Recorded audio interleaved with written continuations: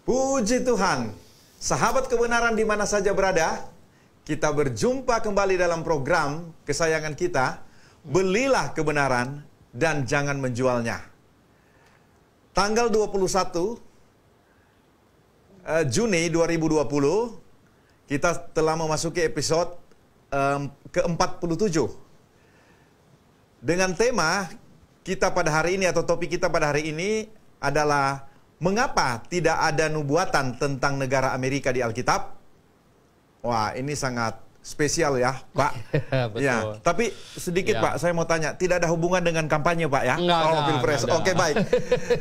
Narasumber kita hari ini tetap sama, yaitu Dr. Suhento Liau dan saya, Alfred Atuhas. Bagi saudara yang setia di dalam program ini, untuk tetap bisa berinteraksi dengan kita, dengan hotline kita di bawah layar, dan juga melalui WA 0811 922 313. Duanya 3 biji, Pak. 9. Ya. Satu kali lagi, 0811 9222 313. Amin. Ya, baik, kita langsung saja mendengar paparan dari Pak Dr. Suhento Liau tentang mengapa tidak ada nubuatan tentang negara Amerika di Alkitab. Iya. Baik Pak, silakan. Oke. Baik, jadi kalau kita lihat Alkitab, ya, kita bolak-balik di Perjanjian Lama maupun Perjanjian Baru, ya. Nah, saya mau supaya pemirsa sekalian memahami secara garis besar Alkitab ini, ya. Karena kalau kita tidak memahami garis besar, ya, ini akan repot, gitu. Nah, Alkitab kita kan Perjanjian Lama sama Perjanjian Baru. Ya. Nah, Perjanjian Lama menubuatkan tentang sebenarnya tentang kedatangan Sang Mesias, ya, kedatangan Sang Mesias di Perjanjian Lama itu akhir zaman. Jadi Yesus datang pada waktu Yesus datang yang pertama itu, ya, itu sebenarnya akhir zaman. Oh, itu akhir zaman. Ya, jadi karena penutup kitab Perjanjian Lama itu kitab Maleaki, ya, kalau kita cek di kitab Maleaki pasal yang terakhir, ya, loh. Pasal yang terakhir itu pasal keempat, ya. Nah, di ayat yang kelima ini Pak Alfred baca. Maleaki pasal 4 ayat yang kelima, sesungguhnya aku akan mengutus Nabi Elia kepadamu menjelang datangnya hari Tuhan yang besar dan dahsyat itu. Jadi hari kedatangan Tuhan akan didahului oleh Elia. Ya, jadi ini jelas ini. Bagi orang Yahudi ini sangat jelas. Makanya mereka sangat tunggu-tunggu kapan Elia muncul. Dan sebenarnya Elia muncul. Nah, Elia muncul itu Tuhan Yesus bilang Yohanes Pembaptis itu Elia. Jadi Elia muncul sebenarnya, cuman mereka menolaknya. Oleh sebab itu ada pernyataan di Matius pasal 11. Di Matius pasal 11. Matius pasal 11 ayat yang ke-14. Matius pasal 11 ayat yang ke-14. Dan jika kamu mau menerimanya, ialah Elia yang akan datang itu. Jika kamu mau menerimanya, dia itu Elia. Elia. Jadi Yohanes Pembaptis itu Elia. Sebenarnya pakaiannya kulit Elia juga. Pakaiannya sama. Bulu, ya. Ikat pinggangnya kulit sama gitu. Makanannya juga ya. Makanannya gitu. Ya. Jadi Elia sama Yohanes Pembaptis itu sebenarnya itu dia Elia. Nah, jadi maksud saya itu begini. Maka itu kitab Perjanjian Lama itu bernubuat sampai kedatangan Yesus itu disebut akhir zaman. Kedatangan Tuhan Yesus, ya. Nah, itulah sebabnya tidak ada nubuatan tentang zaman kita satu ini, yang sekarang ini. Nah, zaman sekarang Injil diberitakan kepada semua bangsa di muka bumi ini adalah, kalau kita ikutin di Roma pasal 11, itu karena penolakan Yahudi terhadap Mesias. Begitu. Ya, jadi penolakan Yahudi terhadap Mesias mereka, maka Injil diberitakan kepada seluruh bangsa. Ya, di muka bumi ini. Nah, ini harus difahami dengan baik ya. Karena seringkali ada kelompok yang mereka berkata bahwa lihat itu ya, kalau kita lihat Injil itu Tuhan Yesus itu awal-awal itu adalah Injil khusus untuk orang Yahudi. Ingat ada seorang janda yang teriak-teriak minta tolong anaknya yang sakit. Tuhan Yesus bilang tidak baik untuk mengambil roti dari anak, ya kasih kepada anjing. Aku diutus untuk domba-domba sesat bangsa Israel. Tetapi perempuan itu berkata, ya anjing juga makan dari remah-remah yang itu. Oke, kalau gitu dia disembuhkan. Nah, jadi Tuhan Yesus sebenarnya di situ kasih lihat bahwa kedatangannya itu adalah artinya gini, plan A-nya gitu sebut. Plan A-nya itu adalah untuk bangsa Yahudi. Nah, ini yang oleh sebagian orang yang tidak paham akan kebenaran, ya tentu lalu mereka bilang bahwa Isa Al-Masih katanya, ya Nabi Isa itu untuk bangsa Yahudi gitu. Paulus lah dia bilang ya si ngaco itu, mereka selalu bilang Injil kemudian diberitakan kepada semua bangsa yang lain. Padahal tidak begitu.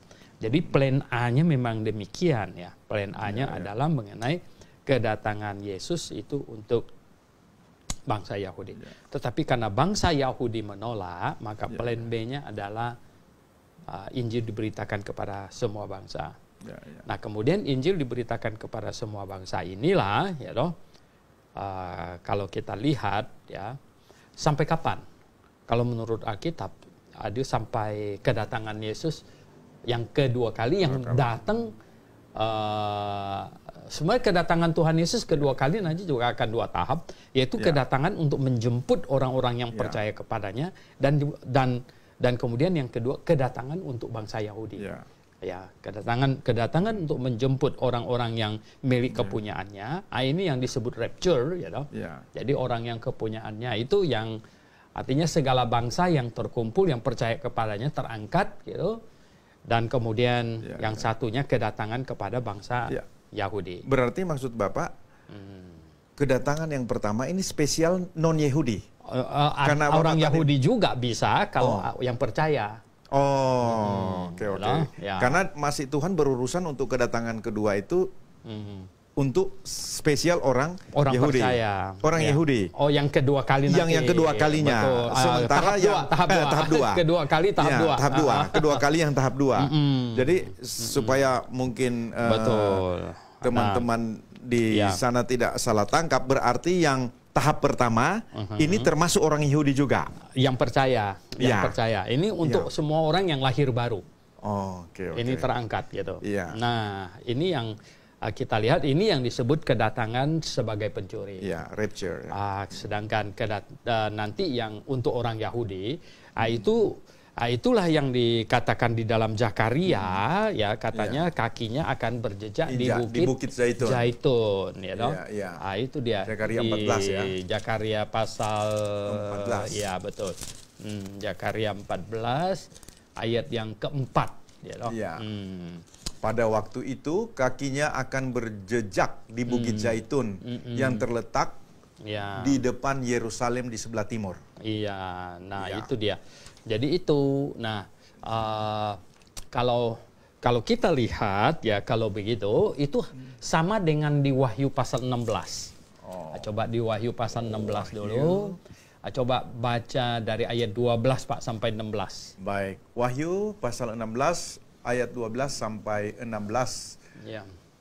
Dan malaikat yang keenam menumpahkan cawannya ke atas sungai yang besar, sungai Efrat, lalu keringlah airnya, supaya siaplah jalan bagi raja-raja yang datang dari sebelah timur. Dan aku melihat dari mulut naga dan dari mulut binatang dan dari mulut nabi palsu itu keluar 3 roh najis yang menyerupai katak. Itulah roh-roh setan yang mengadakan perbuatan-perbuatan ajaib, dan mereka pergi mendapatkan raja-raja di seluruh dunia untuk mengumpulkan mereka guna peperangan pada hari besar, yaitu hari Allah yang Maha Kuasa.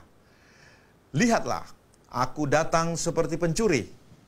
Berbahagialah dia yang berjaga-jaga dan yang memperhatikan pakaiannya, supaya ia jangan berjalan dengan telanjang dan jangan kelihatan kemaluannya.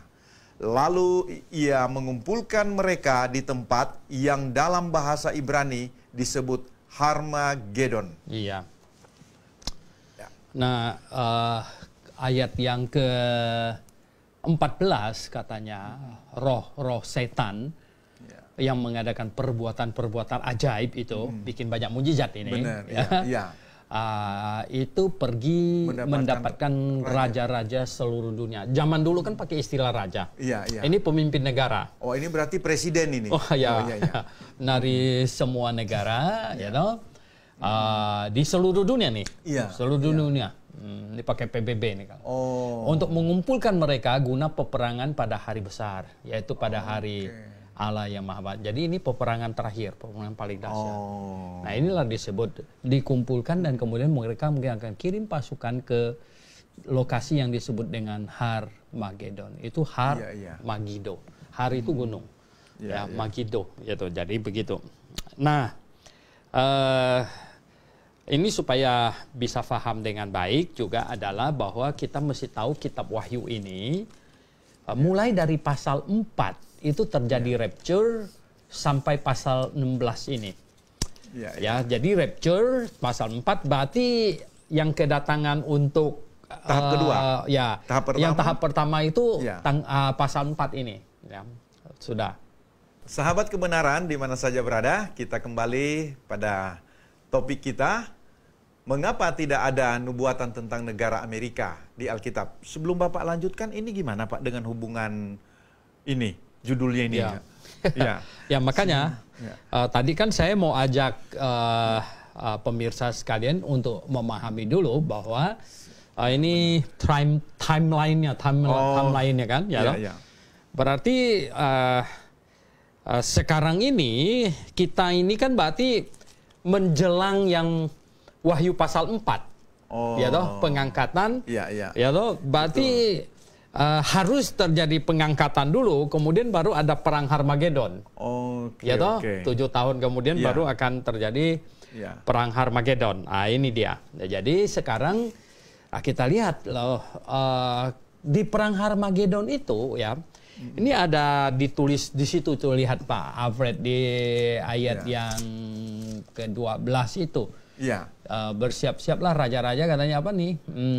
Ayat 12. Ayat 12. Dan malaikat yang ke-6 menumpahkan cawannya ke atas sungai yang besar, sungai Efrat, lalu keringlah airnya, supaya siaplah jalan bagi raja-raja yang datang dari sebelah timur. Jadi dari sebelah timur. Sebenarnya begini, semua mata angin di Alkitab, kalau dibilang utara, selatan, timur, barat, itu Yerusalem patokannya. Jadi kalau dibilang sekarang ini dari timur, ini berarti wilayah timur, wilayah Irak, Iran, lebih timur lagi kan akan sampai ke Afghanistan, Cina, Pakistan. Ini pasukan dari sana ini. Termasuk jadi, Rusia mungkin? Rusia utara. Utara ya? Rusia utara. Jadi timur ini adalah dari Cina, dari Iran. Nah, Cina sama Iran kan sekarang ini lagi hopeng ini. Benar. Hopeng ini. Nah, kalau kita lihat tidak ada bicara soal Amerika itu kan jauh sekali sudah. Itu sudah di benua lain, jauh sekali. Dan juga tidak ada bicara tentang Australia, New Zealand, yang betul, jauh sekali gitu. Nah, ini ada pasukan yang dari timur dan semuanya. Tetapi di sini kan memang ada mengatakan pergi mendapatkan raja-raja di seluruh dunia. Berarti ini pemimpin ini. Pemimpin di seluruh dunia ini. Nah, bisa jadi Amerika masuk di situ Bisa jadi Amerika masuk di situ atau Amerika mungkin dilebur ke dalam NATO. NATO kan Eropa plus Amerika, Kanada, betul. Itu NATO gitu Benar, jadi nah kalau kita lihat karena tidak ada nubuatan yang khusus mengenai Amerika di dalam Alkitab sangat mungkin bahwa Amerika setelah masuk ke masa sesudah pengangkatan, ya. Lah kalau kita bicara sesudah pengangkatan, ini akan ini. Kalau kita bicara sesudah pengangkatan, berarti di Amerika itu kalau orang benar, orang lahir baru semua terangkat, ya. Orang lahir baru terangkat. Berarti sisanya itu yang ngawur semua itu. Yang demo barusan ini di New York, ya, di Minneapolis itu. Kalau yang lahir baru semuanya terangkat, itu negara akan kacau. Oh, berarti dalam konteks topik kita hari ini, ini Wahyu 16 ini berarti sesudah pengangkatan ini ya? Sesudah pengangkatan. Nah, berarti dengan kata lain, mungkin Amerika sudah tidak sekuat sekarang ya Pak ya? Oh, sudah pasti. Oh, oke. Terjadi pengangkatan, Amerika akan rusak habis. Ya. Nah, karena apa? Sekarang negara itu, ya, negara Amerika ini negara yang disupport oleh orang-orang yang mengasihi Tuhan. Oh, berarti Bapak mengangkat topik ini karena ada kekuatan orang-orang yang boleh dikatakan yang termasuk fundamentalis di sana, Pak ya? Betul, ya. Jadi orang-orang Kristen yang benar, orang-orang Kristen yang Alkitabiah, itu sekarang itulah yang sebenarnya menunjang di Amerika. Sekarang ini mengokohkan negara itu. Baik. Nah, kalau terjadi pengangkatan dan orang-orang lahir baru di sana terangkat, ya. Wah, sulit membayangkan sebuah negara tinggal orang jahat semua di dalamnya. Dan ya kita tidak tahu ya kapabilitas dari orang-orang itu, yang semua itu yang jahat itu ya. Nah, karena kalau begini, Amerika ini kelihatannya Tuhan bikin untuk mengimbangi. Ini muncul. Sebentar lagi mereka akan ulang tahun 244. Wih. Ya. Jadi Juli tanggal 4 Juli ya. 1776 merdeka. Nah, sebentar lagi kan bulan Juli nih. Ya, ini mereka akan merayakan HUT Amerika, ya, hari kemerdekaan yang ke-244 ini. Ya. Nah, kelihatannya ini hebat ini ya. Jadi begini, negara ini 244 tahun yang lalu, ya, sebenarnya Tuhan munculkan untuk menstabilkan kondisi dunia ini karena Tuhan masih mengasihi dunia ini sehingga pemberitaan Injil perlu disampaikan ke seluruh muka bumi ini. Ya. Nah, kelihatannya ini muncul karena gini, Eropa tidak bisa diharapkan. Ya. Eropa tidak bisa diharapkan. Eropa itu terkooptasi tercengkeram ya oleh Kristen tanda petik, tetapi Kristen ngawur. Ya. Apakah bukan dari gagalnya bangsa Israel ya Pak? Baru akhirnya Tuhan mungkin memberikan kesempatan mungkin negara Amerika bisa. Nah, jadi gini, sebenarnya kegagalan Israel sih memang sudah benar ya. Artinya gini, pada waktu Israel menolak Mesias mereka, itulah maka Injil diberitakan kepada semua bangsa di muka bumi. Nah, semua bangsa di muka bumi ini pemberitaan Injil itu ke Eropa. Ya kan, pemberitaan Injil ke Eropa. Dan ya akhirnya pada waktu zaman Konstantin baru 400 tahun, ya 300 sekian abad keempat, Konstantin menggabungkan agama dengan negara, ya gereja dengan negara, dan itu menjadi rusak gitu. Menjadi rusak. Jadi Eropa menjadi Kristen ya beratus bahkan beribu tahun, tapi tidak pernah memikirkan bangsa lain. Dan akhirnya yaitu ketika benua Amerika ditemukan, sejumlah orang Kristen hebat mereka menuju ke benua baru, dan di benua baru inilah berdiri artinya sebuah negara, dan orang-orang Kristen yang baik, yang bagus semuanya memenuhi di situ. George Washington itu orang yang sangat mengasihi Tuhan, ya, sangat mengasihi. Jadi berdirilah negara Amerika ini, dan Tuhan memakai negara Amerika ini untuk mensupport penginjilan ke seluruh muka bumi ini. Benar. Nah, oleh sebab itulah maka ya ini negara yang paling banyak memberitakan Injil, paling banyak mengirim misioneri ke seluruh muka bumi ini. Nah, oleh sebab itu dia diberkati, dipakai oleh Tuhan untuk satu masa. Jadi dipakai oleh Tuhan untuk satu masa untuk memberitakan Injil ke sejauh mungkin, sehebat mungkin gitu. Ya, mungkin juga tidak bisa dipungkiri Pak, bahwa mereka juga di samping sudah mendahului memberitakan Injil melalui misionaris-misionaris, tapi mereka kan punya kekuatan militer juga Pak. Betul. Akhirnya ini juga menjadi lebih gampang bagi mereka untuk, karena hampir semua kiblat semua negara itu ke Amerika. Gitu. Betul. Jadi kalau kita lihat ya, dua kali perang dunia, perang dunia pertama ya, dan perang dunia kedua, dua kalinya itu untung ada Amerika yang menetralisir ini, orang-orang jahat yang memulai itu.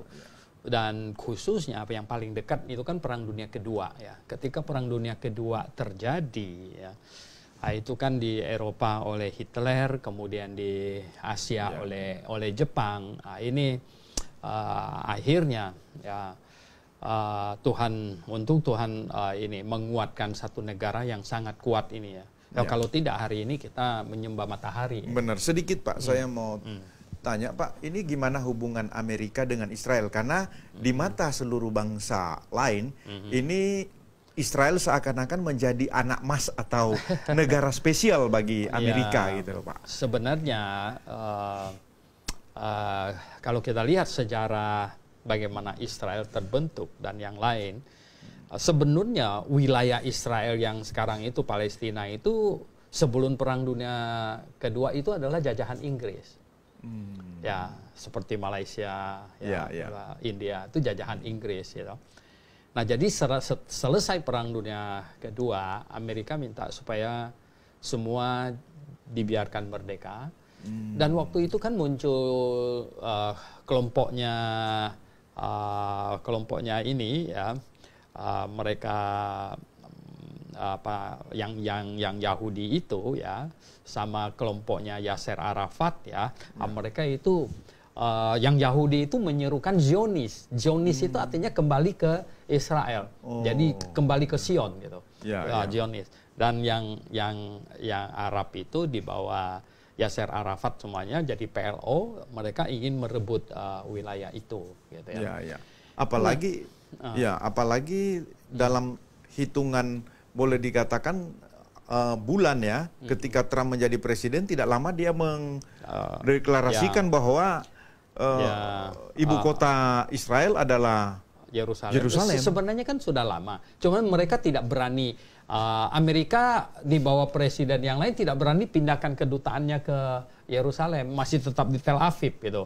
Nah, masih tetap di Tel Aviv itu kan maksud sepertinya belum berani ngakuin itu. Nah, Trump ini yang mengakui dan pindahkan itu kedutaan ke Yerusalem begitu. Nah, ini menarik Pak, bahwa dari boleh dikatakan negara-negara Timur Tengah ini merasa bahwa kalau tidak ada Amerika, Israel sudah lama habis. Sebenarnya belum tentu ya. Itu. Memang ini ya. Saya barusan nonton ini pertempuran yang 6 hari yang Israel lawan beberapa negara itu ya. Saya barusan nonton di National Geography ya, dengan penjelasannya. Pada waktu itu tegang ya, Syria, Yordania, Mesir kan mengepung Israel. Yang perang tahun 76 aja itu ya. Nah, pada waktu itu Amerika yang bilang jangan perang. Amerika menentang, nggak boleh perang, ya, jangan begitu, harus berunding segala macam. Dan semua pasukan kan ready, siap gitu ya. Sebenarnya yang paling siap itu adalah Israel katanya, karena Israel merasa underdog gitu. Jadi kan merasa ini pihak yang paling ngalah gitu ya. Nah, waktu itu lucunya itu Presiden Mesir waktu itu adalah Nasser gitu ya. Presiden ya Nasser itu jenderalnya semuanya bilang kita serang Israel, kan secara hitungan militer segala macam tuh mereka semua lebih kuat gitu. Nah, waktu itu Presiden Mesir bilang kepada jenderal-jenderalnya begini, sekarang kamu pilih katanya, mau perang lawan satu negara apa lawan dua katanya. Kalau kita serang duluan katanya berarti kita perang sama Israel sama Amerika, dia bilang. Tapi kalau dia yang serang kita duluan, kita perang lawan satu, Amerika nggak akan masuk, gitu kan? Wah, nah di pihak Israel itu juga, waduh, kita kalau tunggu diserang kita habis ini, pasti habis punya. Nah, akhirnya Israel yang ambil inisiatif serang duluan sebenarnya. Nah, Israel serang duluan, itu dia punya semua radarnya kan hadap ke Israel kan. Kalau pesawatnya datang dari Israel itu kan ketahuan itu. Mereka akan ready. Nah, Israel tuh pintar sekali. Dia punya pesawat tuh berapa banyak itu semuanya itu ke utara. Jadi pergi ke laut di sana, dari utara itu menyerang Mesir begitu. Jadi dia punya radar nggak lihat itu dari utara kan, dari Eropa di sana gitu. Wah, itu satu kali babat habis itu 300-an pesawat Mesir itu habis semua ditembakin. Kalau saya ada 18 airport itu semuanya hancur gitu. 18 airport hancur, 300-an pesawat itu. Itu akhirnya dia balik lagi. Dan radio di Kairo itu salah berita lagi gitu. Ya karena mereka kan informasinya kacau. Akhirnya balik dia hantam ke Yordania, semua pesawatnya dihabisin, kemudian ke Syria sebagian pesawat dihabisin. Itu sudah mereka sudah lumpuh begitu ya. Nah, kalau kita lihat ya memang ya ada ya istilahnya itu begini. Amerika memang membantu ya, tetapi Amerika membantu, Amerika kan selalu diminta supaya adil gitu kan. Ini mesti adil, ini adil ya. Dalam hal ini Amerika berkata kita bantu negara yang demokrasi. Ya. Nah, Israel memang demokrasi gitu ya. Jadi membantu itu. Ya kalau senjata ya itu memang sebenarnya waktu itu Syria juga sudah punya senjata yang hebat-hebat. Cuman memang yang paling menguntungkan di pihak Israel itu adalah agen rahasianya jago-jago gitu ya. Yang tinggal 1 menit kita Pak. Dalam keadaannya ini Israel dengan Amerika, ini kalau kita hubungkan dengan iman Pak ya, iman kekristenan atau firman Tuhan, apakah Bapak percaya bahwa bangsa Amerika ini memang Tuhan izinkan menjadi besar dan bisa mengontrol banyak negara, dan akhirnya dia memang diwajibkan untuk menjaga bangsa Israel? Apa kira-kira ada penafsiran seperti itu? Memang sebenarnya kalau kita lihat, karena bangsa Israel boleh dikatakan hampir punah dan terserak kemana-mana hampir 2000 tahun. Ya. Jadi sejak tahun 70 ya, sejak tahun 70 sampai tahun 1948 baru muncul ya. Nah, bulan Mei ini barusan mereka ini ulang tahun kemerdekaan ya, 48. Nah, Amerika memang muncul, dan sebenarnya Amerika bukan hanya menjaga Israel.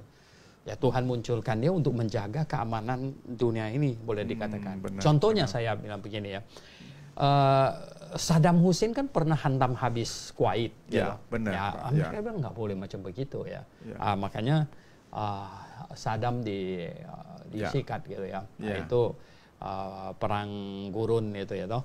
Nah, jadi berbagai negara yang coba-coba untuk ini melakukan invasi terhadap negara lain, dengan adanya Amerika mereka nggak berani. Benar.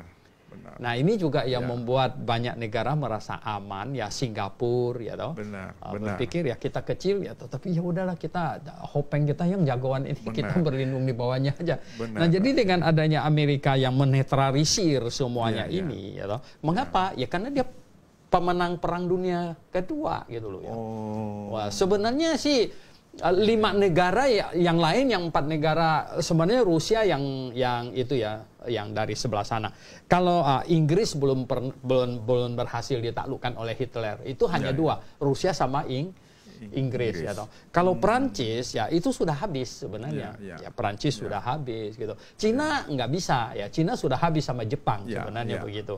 Nah, jadi ya sedemikianlah akhirnya Amerika kan yang sejak Perang Dunia Kedua itulah yang menjaga ini seluruh dunia, sehingga ya oke, tidak boleh ada yang terakhir nakal, Pak gitu. Singkat itu yang masuk dalam nubuatan sebenarnya kan ada 5 ya, dengan gambaran patung Nebukadnezar itu Pak ya. Babilonia, kemudian Persia, ya.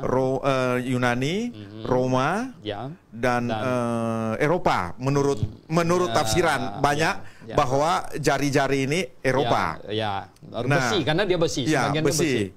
Ya, di situ kan Amerika sama sekali tidak disinggung situ, Pak ya. Itulah. Nah, makanya judul kita kan mengapa Amerika tidak masuk, gitu ya. Sangat mungkin ya kalau Amerika terjadi rapture terjadi orang-orang hebat, orang-orang pintar, justru adalah orang-orang yang lahir baru tiba-tiba rapture. Kalau terjadi rapture kelihatannya yang orang hilang yang paling banyak bisa di sana gitu. Amerika, Pak ya. Betul ya. Ya kalau di Indonesia ini kalau rapture ya berapa persen kan orang Kristennya kan kecil gitu ya. Dan kalau di Eropa apalagi kan dikit sekali gitu. Jadi kalau terjadi rapture ya yang terangkat itu di Amerika di sana cukup besar mungkin jumlahnya gitu ya. Bisa jadi. Nah, itulah akan menyebabkan dia negara yang terpengaruh paling besar, cripple langsung bisa ambruk. Nah, berarti dengan kata lain, Pak, negara yang tidak terjadi banyak rapture, dialah yang jadi kuat waktu itu, Pak ya? Iya, karena dia, ya kan sekarang misalnya gini, saintisnya yang kepalanya yang justru yang ngerti itu bagaimana dioperasikan tiba-tiba dia hilang. Bagaimana gitu. Nah, berarti kalau Cina segala macam tuh kelihatannya orang Kristen udah nggak bisa naik ke posisi mantap gitu. Kalau rapture mereka tuh aman gitu. Eropa juga aman gitu. Oke. Baik, sahabat kebenaran, kita sudah mendengar penjelasan Pak Dr. Suhento Liau. Sekarang mungkin sahabat-sahabat kebenaran di mana saja berada sudah tidak sabar lagi ada pertanyaan yang bisa ditanya langsung kepada Dr. Pak Suhento Liau, silakan. Namun sebelumnya mungkin ada yang mau lewat, kita istirahat sebentar.